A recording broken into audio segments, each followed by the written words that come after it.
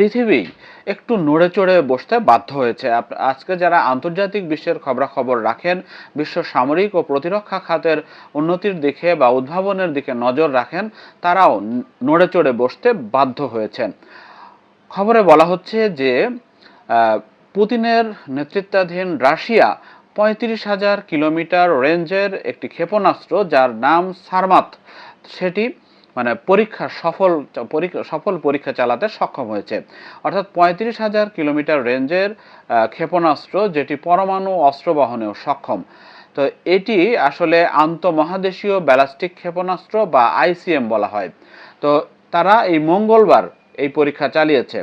নতুন এই ক্ষেপণাস্ত্র পরীক্ষার পর রাশিয়ার প্রেসিডেন্ট ভ্লাদিমির পুতিন বলেছেন যে এটি বিশ্বের সবচেয়ে শক্তিশালী ক্ষেপণাস্ত্র সিস্টেম।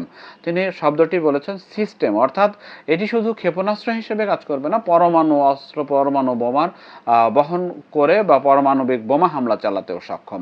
এই ক্ষেপণাস্ত্র পশ্চিমা সামরিক বাহিনীর কাছে থাকা যে কোনো কিছুর 4 গুণ বেশি শক্তিশালী অস্ত্র বহন করতে সক্ষম, এই ঘোষণাও পুতিন দিয়েছেন। চলতি বছরের শেষ নাগাদ এটি রাশিয়ার যুদ্ধকালীন দায়িত্বে মোতায়েন করা হবে, অর্থাৎ রাশিয়ার সামরিক বহরে যুক্ত করা হবে। এমন সময় রাশিয়া এই ক্ষেপণাস্ত্র পরীক্ষা চালালো যখন যুক্তরাষ্ট্র ও রাশিয়ার মধ্যে পরমাণু অস্ত্র সংক্রান্ত একটি চুক্তির মেয়াদ গত ফেব্রুয়ারিতে শেষ হয়েছে।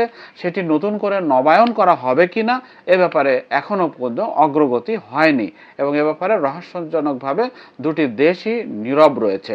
তো নিউ স্টার্ট নামের এই চুক্তির শর্ত হলো যে নিজেদের পরমাণু অস্ত্রের সংখ্যা সীমিত করার ব্যাপারে ওয়াশিংটন এবং মস্কো একমত হবে, মানে একমত ছিল আর কি। তবে চুক্তির মেয়াদ শেষ হওয়ায় এখন এই সংক্রান্ত কোনো বাধ্যবাধকতা আর থাকছে না, যে দুইটি দেশই পরমাণু অস্ত্রের সীমিতকরণের ব্যাপারে যে সম্মতি ছিল বা সম্মত হয়েছিল সেই সম্মতির আওতায় আর তারা থাকছে না। তো নিউ স্টার্ট চুক্তির মেয়াদ শেষ হওয়ার পর উচ্চ পর্যায়ের সামরিক সংলাপ শুরু করতে রাজি হয়েছিল যুক্তরাষ্ট্র ও রাশিয়া। তবে শিগগিরই এই চুক্তির মেয়াদ বৃদ্ধির কোনো লক্ষণ দেখা যাচ্ছে না বলেই মনে করছেন আন্তর্জাতিক সম্পর্ক বিশ্লেষক ও সামরিক প্রতিরক্ষা খাতের বিশেষজ্ঞরা। তারা বলছেন যে মার্কিন প্রেসিডেন্ট ডোনাল্ড ট্রাম্প পরমাণু শক্তিধর চীনকে নিয়ে একটি নতুন চুক্তি করতে চাচ্ছেন, তবে এমন কোনো চুক্তির অংশীদার হওয়ার বিষয়ে সরাসরি নাকচ করে দিয়েছে বেইজিং।